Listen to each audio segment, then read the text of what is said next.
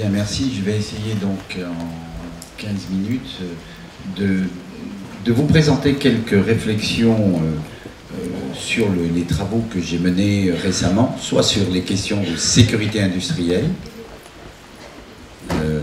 J'ai étudié, je viens de publier un livre qui s'appelle « La sécurité paradoxale », le cas d'AZF. Enfin, exactement, le titre, c'est « Les paradoxes de la sécurité, le cas d'AZF ». J'ai fait l'histoire de 20 ans de sécurité de cette entreprise qui a explosé. Et donc, vous comprenez bien que la notion de paradoxe s'applique à cette idée qu'il y a bien deux vérités, les efforts de sécurité qu'on peut faire d'un côté, et de l'autre côté, le fait que l'usine peut faire l'objet d'une catastrophe et d'une explosion. J'ai aussi travaillé sur les risques psychosociaux, on n'appelait pas ça à l'époque d'ailleurs, pour une entreprise privée, mais qui ne l'a pas toujours été, et dans la fonction publique territoriale, j'ai beaucoup travaillé, non plus à la demande d'une direction, mais à la demande d'une organisation syndicale, dans le cadre de processus de recherche qui m'ont été demandés. Et pendant 2 ans, j'ai pas mal étudié de cas, etc. Donc, je vais essayer de résumer ça pour terminer par 5 propositions, puisque je suis dans le point perspective ou prospective, enfin, ça s'appelle perspective. Mais je vais commencer donc à résumer un petit peu le travail que j'ai au sein de mon équipe développé. D'abord, vous observerez que je travaille sur... je propose mon rôle est de proposer des manières de voir différentes, car je considère que si on veut changer les pratiques, il faut changer les manières de voir. Donc ceux qui veulent du concret et qui ne veulent pas passer par le détour des représentations mentales, ils ne risquent pas de changer quoi que ce soit. Hein. Donc il faut bien se mettre d'accord. Donc déjà, vous voyez que je propose une notion de risque socio-organisationnel et non pas psychosociaux, et vous verrez pourquoi dans un instant. Alors, d'abord, si on interroge les différents modèles des risques psychosociaux, qu'est-ce qu'on voit qu'il y a? Alors j'ai fait une analyse de ces modèles, je les ai requalifiés, j'ai trouvé un petit peu les concepts centraux et les dimensions.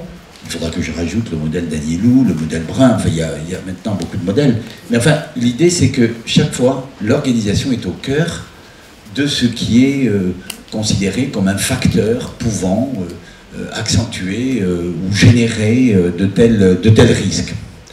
Alors vous voyez autonomie, réciprocité, ajustement, souffrance, pouvoir d'agir, dynamique relationnelle, enfin il y a une série d'expressions qui évoquent l'idée qu'il y a une organisation. Alors, pour moi, le problème, il est un peu compliqué parce que je suis aussi professeur de management, j'ai monté un master management en Asie, donc ça me donne aussi un regard un petit peu, pas seulement franco-français. Vous voyez, quand on forme des managers et qu'on accompagne un processus, par exemple, de passage d'une performance collective à une évaluation des performances individuelles, on se dit bien que ça va avoir des effets sur la santé, mais on n'est pas capable d'identifier réellement le processus. De la même manière, quand on voit au niveau santé une dépression, ou des gens en retrait, ou des gens malmenés, on n'est pas capable d'imputer ça au fait qu'on a sous-traité à l'extérieur l'entretien des berges du Rhône. Et pourtant, il y a bien une relation. Par où passe cette relation? Elle passe par ce fameux plancher de verre qui est lié au travail. Et je rejoins évidemment mes collègues pour dire que si on ne va pas du côté du travail, on ne risque pas de comprendre cette relation qu'il y a. Alors, moi je propose un petit triangle dans lequel il me semble qu'il faut penser aujourd'hui et agir dans voilà, ces 3 éléments. Mais je précise que ces 3 éléments, c'est une activité. On sait que le travail est activité, on le sait. L'organisation, c'est une activité. C'est-à-dire, ce n'est pas une structure, c'est un ensemble de décisions et d'actions, et qui sont distribuées. J'ai inventé, certains peut-être le savent, la notion de travail d'organisation, pour dire que dans le cours du travail même, on organise. C'est-à-dire qu'on résout les contradictions même qui sont dans le travail, on les résout en affinant les prescriptions, les règles, les dispositifs. La santé, c'est une activité, c'est une compétence et une activité. C'est le rapport de l'individu au milieu. Ce n'est pas un effet comme ça différé, c'est une activité. Gérer sa santé devient un élément de compétence. Alors, cette vision en 3 dimensions, j'ai élaboré une méthode aussi pour cette organisation syndicale d'analyse qui s'appelle MAMALO, méthode d'analyse des malaises organisationnels, qui est un peu l'analyse, la méthode des accidents du travail appliquée aux accidents organisationnels. Donc on a tout un dispositif. Dans la vision en 3 dimensions, je m'intéresse à un petit peu plus cette activité-là, cette triple activité. Qu'est-ce que c'est que l'activité organisationnelle? Donc je m'intéresse au dérapage organisationnel, c'est-à-dire aux événements et aux événements organisationnels indésirables. Et si on ne sait pas, on ne peut pas incriminer le management, la direction, le plan d'action, comme ça. Quel est le problème? On désigne l'organisation comme un facteur, mais c'est un intouchable. C'est une variable indépendante. On n'agit pas dessus, parce qu'on ne la connaît pas. C'est un inconnu, l'organisation. On a des boucs émissaires, hein, mais on ne sait pas travailler sur l'organisation. Donc il faut qualifier ces dérapages organisationnels, qui font partie de la vie normale des organisations. S'il n'y avait pas de dérapage, ce qui est important, c'est qu'il y ait des rattrapages. Mais sans dérapage, il n'y aurait pas de dynamique. Dégradation du milieu professionnel, évidemment, on en voit beaucoup. On a fait une typologie sur les malaises. J'insiste beaucoup là-dessus, sur cette notion de malaise organisationnel, qui sont l'expression d'un vécu organisationnel, d'un vécu au plan de sa santé, et qui s'expriment au travers de cette notion que je vais définir dans un instant. Et enfin, les détériorations de la santé, c'est tous les processus de décrochage, de rupture avec le milieu de travail. Alors, dans notre façon de voir, on essaye de partir donc de ces événements organisationnels indésirables, on les définit, ce sont des actions prises sans débat contradictoire, le droit de dire et le pouvoir d'agir sont confisqués, ça bouleverse l'ordre du travail, le sens de l'action, la nature des règles, qui font débat et qui font problème, c'est inacceptable pour les uns, nécessaire pour les autres. Prenez un simple exemple, la RGPP. Inacceptable pour les uns, nécessaire pour les autres. Qui introduit un déséquilibre dans les compromis, entraîne des difficultés d'adaptation, etc. Et je crois qu'il va falloir s'habituer à l'idée de débattre. Là où la nécessité faisait loi, il va falloir maintenant se réhabituer à débattre de ces orientations stratégiques des institutions et des entreprises. Voilà quelques exemples. On a qualifié ces dérapages organisationnels, on a fait toute une typologie et qu'on est en train d'essayer de vulgariser, d'écrire et de formaliser pour essayer de se mêler de questions d'organisation. Alors il y a toute une série de décisions, la décision imposée, qu'est-ce que ça veut dire, négation du sujet qui travaille, déni de compétences, méfiance. Décision contradictoire, on en pratique tous les jours. Décision maladroite, la mutation d'office, c'est une décision maladroite. Décision malveillante, rupture du contrat, on dit à Janine, chef du personnel d'une grande institution publique, on va se séparer de toi. Aucune raison ne lui est donnée. Aucune raison. Elle a 52 ans, 30 ans de métier. Aucune raison ne lui est donnée. Voilà une décision malveillante. Alors, on peut affiner la typologie, mais l'idée, c'est d'essayer de comprendre qu'est-ce qui ne va pas dans l'organisation. C'est pas la même chose, une mutation d'office, ou au contraire, une personne dont on veut se séparer, mais on n'y arrive pas. C'est pas des questions de même nature, bien évidemment.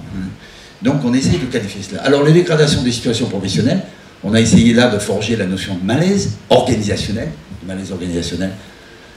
Et vous verrez beaucoup dans tous les travaux de tous les collègues, de tous ceux qui s'occupent de ces questions-là, dont vous êtes un certain nombre ici, que tout était... On n'a pas de thermomètre. On n'a pas de thermomètre. On n'a que des évaluations subjectives. Il faut bien se faire à cette idée-là. Hein. Si vous cherchez le thermomètre, il n'y en a pas. On suit des cohortes, 5000 personnes pendant 20 ans, mais on suit des évaluations, des perceptions, donc il y a un retour du subjectif qui devient un mode, un moyen de gouvernance des institutions et des entreprises. Alors le malaise, c'est cette expérience vécue qui plonge l'individu dans un mal-vivre, c'est des difficultés de relation, sensation de pénibilité, état de gêne, perte de sens, etc. Ce qui est important dans le malaise, c'est que ça place l'individu dans l'impossibilité d'agir. Et ça amène une dégradation de sa capacité d'adaptation, parce que la santé, ce n'est pas un état stable, une propriété de l'individu, non. La santé, c'est une activité de réajustement par rapport à l'environnement. Et quand on ne peut plus, c'est là qu'il y a un problème de santé. Alors, bon, dans les malaises, on les a qualifiés institutionnels, professionnels, relationnels. Alors, il y en a un que j'aime bien. Dans les malaises, ça a été celui qui s'est imposé à moi le plus immédiatement. Le premier malaise, c'est de ne pas pouvoir l'exprimer. Celui que j'ai appelé les malaises communicationnels, qui sont liés à un encapsulement du pouvoir de dire non, impossibilité de s'exprimer, ou bien quand on s'exprime, c'est lié au fait de ne pas être entendu, comme si la parole de l'autre était niée. Et puis, troisième D, donc je passe mes 3 D, le troisième D, c'est la détérioration de la santé. Alors, dont la question de restaurer la santé, c'est pas, bien sûr, enfin, c'est surtout redonner au sujet sa capacité d'action, non pas dans le travail, mais aussi sur le travail. Non pas dans l'organisation, mais aussi sur l'organisation. La santé organisationnelle, ce n'est pas un état de bien-être dans son rapport au milieu. C'est pas seulement ça, c'est aussi le processus de construction d'un équilibre entre l'individu et l'organisation, fait de compromis renouvelés, etc. Le bien-être organisationnel, c'est cette construction d'un rapport équitable entre l'individu et l'organisation, d'un équilibre satisfaisant entre sa contribution et sa rétribution, d'un compromis entre son investissement dans le travail et l'engagement de son employeur à garantir son avenir, d'un échange négocié entre les efforts d'apprentissage pour améliorer ses compétences et les modalités de leur reconnaissance. Alors, j'ai suivi les travaux coordonnés par Golac sur ces questions-là, donc je suis à peu près au courant de ce qui se trame en France sur les indicateurs qu'on essaye de formaliser, mais je crois qu'on est sur la métrologie, on est sur les chiffres après la virgule, en France me semble-t-il, mais avant la virgule, sur qu'est-ce qu'il faut comprendre, mesurer, évaluer, quel est l'objet de la question, on n'est pas d'accord. Est-on d'accord sur la santé, c'est restaurer le pouvoir normatif du sujet? Il n'y a pas beaucoup de gens avec qui seront d'accord avec moi là-dessus. Donc vous voyez, mais par contre, on est aux indicateurs du 4e chiffre après la virgule. Alors, évidemment, après cet aspect diagnostique sur les dérapages, sur les dégradations, sur les détériorations, gérer ces risques, comment on peut faire? Évidemment, toute la question, c'est les signaux précurseurs, c'est recréer cet espace de dialogue. Alors, bon, j'ai défini, dans mon équipe, on a défini pour en sortir et en finir avec les risques psychosociaux. Je vous signale que dans les risques psychosociaux, c'est un vaste tiroir dans lequel il y a les TMS, dans lequel il y a le harcèlement, dans lequel il y a le stress, enfin, vous savez tout ça. Hein. Donc c'est quand même quelque chose qu'il fallait faire, mais qui est peut-être pas complètement satisfaisant, si tant est que tous les modèles et tout ce qui se dit et raconte nous renvoient à la question de l'organisation, qui reste un impensé de nos pratiques. Un impensé de nos pratiques. Même si on a bien identifié, je le répète, les boucs émissaires. Mais c'est jamais que des boucs émissaires. Donc, si on veut, les risques socio-organisationnels, ce sont ces menaces qui pèsent sur la personne, conduisant à des atteintes à la santé, stress, dépression, rupture, du fait de décisions organisationnelles inappropriées et produisant des configurations de travail menaçantes. Alors, je passe sur la prévention. Toute la question, c'est comment on va trouver des signaux importants. Voilà, comment on va identifier les dégradations à partir de signaux précurseurs, de malaise, et comment on va essayer de comprendre. Le plus dur, c'est comprendre ce qui nous arrive. Comprendre ce qui nous arrive. Du point de vue de la santé. C'est pas d'être dans un état comme cela, mais c'est comprendre quelles sont les raisons qui font que je me trouve quelque part malmené. Bon, les actions qu'on a trouvées, répertoriées, que pratiquent les membres du CHS, notamment les élus syndicaux, qui se trouvent d'ailleurs dans une position très, très étrange de récupérer des gens malmenés dans la fonction publique. Ça, c'est un cas dans la fonction publique territoriale, qui passent leur temps à écouter, à accompagner, à comprendre, à orienter la personne, à faire de la médiation d'urgence, à aller négocier avec un chef de service, à prendre la personne, à rendre la personne acteur de son parcours, à suivre l'évaluation et à réinvestir. Les cas individuels sont très difficiles. Comment on peut les réinvestir dans des structures collectives comme le CHS? Et donc là, on voit le syndicat, mais peut-être que ce n'est pas son rôle et que ce n'est pas que lui qui doit le faire, mais se préoccuper beaucoup et être investi beaucoup. J'ai étudié dans 6 grandes villes, 6 grandes métropoles de l'Est, enfin pas que de l'Est, en France, disons, leur travail.